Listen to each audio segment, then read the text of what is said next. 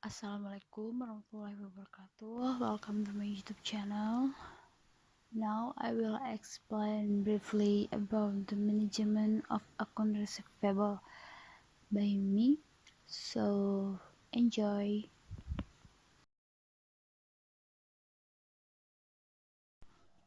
Alright, as we know that receivables are the opposite of debt, meaning that we here as sellers have income that is still withheld from the buyer because their transactions are used on credit. The sale of credit, which in turn will give rise to collection or credit rights to customers, and this is closely related to the credit terms. Next, credit sales policy is a guideline adopted by the company in determining who our customers are and how much credit we can give to our customers. This must be analyzed so that the company is right on target, but in terms of its customers and the amount given on credit to its customers. Okay, before making credit sales, the company must determine credit standards. Credit standards are the minimum criteria that must be fulfilled by a customer before being given credit. These things, such as the customer's good name, are related to credit transactions or the customer's history of debt in one company or another, certain financial ratios of the customer's company, and so on. The things that can affect the seller's company in deciding the sale of credit. The factors that need to be considered to change the credit standard set are administrative costs, investment in accounts receivable loss, and sales volume. For the first, administrative costs will be reduced if the use of credit standards is stagnant. This relates to the terms and credit collection that must be stagnant and in the over to be completed at maturity so that variable costs do not increase. For the second, investment in account receivable. The greater the receivables, the greater the cost or carrying cost, and vice versa. Using credit standards will increase the carrying cost and vice versa. Average receivable will increase if credit standards are softened, meaning that the company will continue to provide credit to customers who do not meet credit standards even so. This will have a big risk in the future related to customers who may require a long time in paying debt to the granting company credit. Vice versa, if the credit standard is stagnant only to customers who meet the credit standard criteria, but the average credit investment is very small. Because the longer of payment of receivables, the carrying cost incurred by the company will be even greater. For the third, the loss of receivables will increase with the softening of credit standards and decrease if credit standards are stagnant. And for the fourth, the volume of credit standard or credit sales will increase if credit standards are softened because customers roll in to choose products with stringent credit purchase criteria and vice versa. Next is credit analysis. Credit analysis is the company's analysis step in assessing the right customers, and companies must do these two factors, namely the first point is to obtain information related to the customer's situation, such as the customer's financial condition, the customer's history in making credit purchases from related companies or other companies. The second point analyzing financial reports and debt ledgers to determine the average age of the prospective company's trade debt so far. The results obtained are then compared with the credit terms set by the company. Briefly, from the two factors, the term the 5 C's of credits is obtained.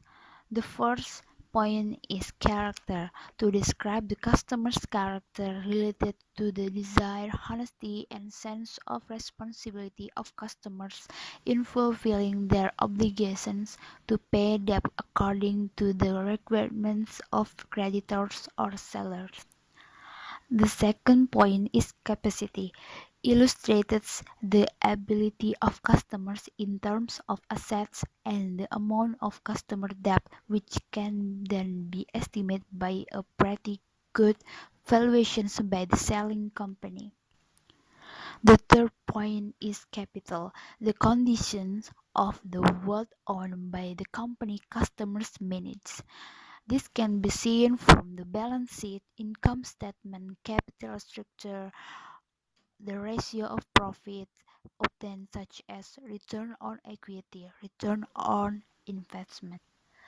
The fourth point is collateral, a guarantee that might be confiscated if it turns out prospective customers really cannot fulfill their obligation.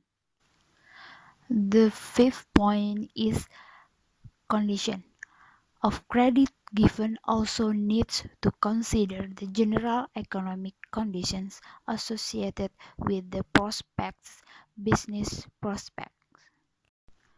Okay, next slide is about credit requirements.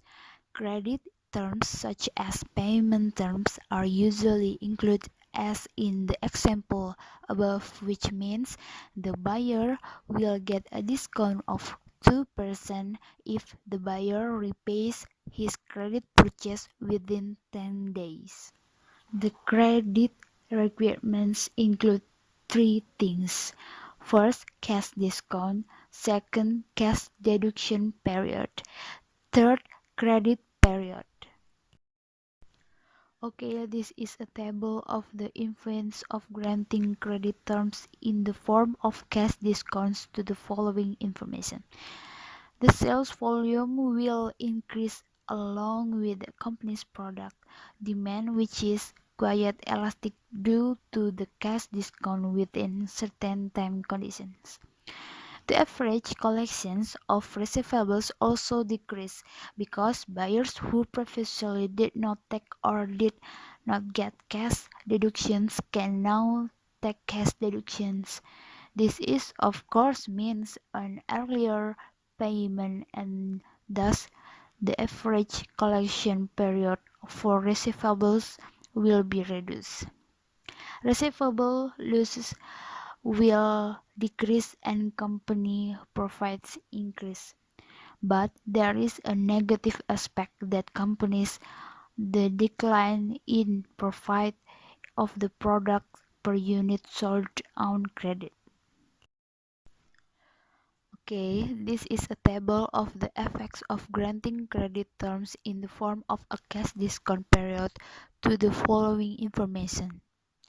If the cash discount period is extended, then it can be expected to have a positive effect on the profits of the corporate buyers who previously did not take or did not get cash deductions can now take cash discounts, thereby reducing the average period of collection of receivables. But there are negative effects too. If the company extends the cash deduction period, then the customer will slow down payments so that the average time for collecting receivables is also slow and other costs increase. So it's good for the company to shorten the time period of the cash discount. And this is a table of the effects of granting credit terms in the form of credit period to the following information. Extending the credit period will increase sales volume and have a positive impact on company profits, but both of the average collection of receivables and the loss of the receivable also increases and negatively impacts the company's profits. Measuring the efficiency of receivables to maximize company profits can be used in two ways. The first way is account receivable turnover. The longer the payment terms, the longer the funds are tied to the receivables, which means the lower the level of the receivables turnover. Receivable turnovers equals net credit sales are all credit sales after deducting pieces, divided by average. Receivables can be calculated from the initial receivables or initial balance sheet plus final receivables or final balance sheet divided by 2, and the result is a question of how many times the accounts receivable turnover from the calculation. And the second is the average collection of receivables. The bonding period of funds in receivables or the average collection period can be calculated by the formula.